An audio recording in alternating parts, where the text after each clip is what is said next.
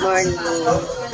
Ayan, tumakbo ako dito sa PC ang aga-aga kasi may nakakalimutan akong order kahapon, hindi ko nabili. Ito lang itsura ko. Naglagay lang ako ng sunblock. Sabi sa akin ni Kuya dito sa PC, ano daw, namumugto nga yung mukha ko kasi nga yung eye bags. Wala talaga pang kaayos-ayos. Ayun, nag-jacket lang ako para talaga matakpan lang yung pantulog. Tulog lang talaga ako. Kasi akala ko madali lang talaga. Ayun lang yung binili ko. Yan, kunti lang kasi yung naiwan kong orders. Nandito rin ako kahapon. Tapos kinausap ako ng Sir Paul. Ayun, yung Sir Paul. Ayun.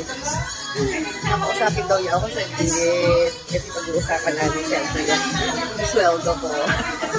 Makalawa kong sweldo na ngayon. Ngayong July. Kaya, explain lang niya sa akin. Ayun, sabi ko, no, kaya naman wala ako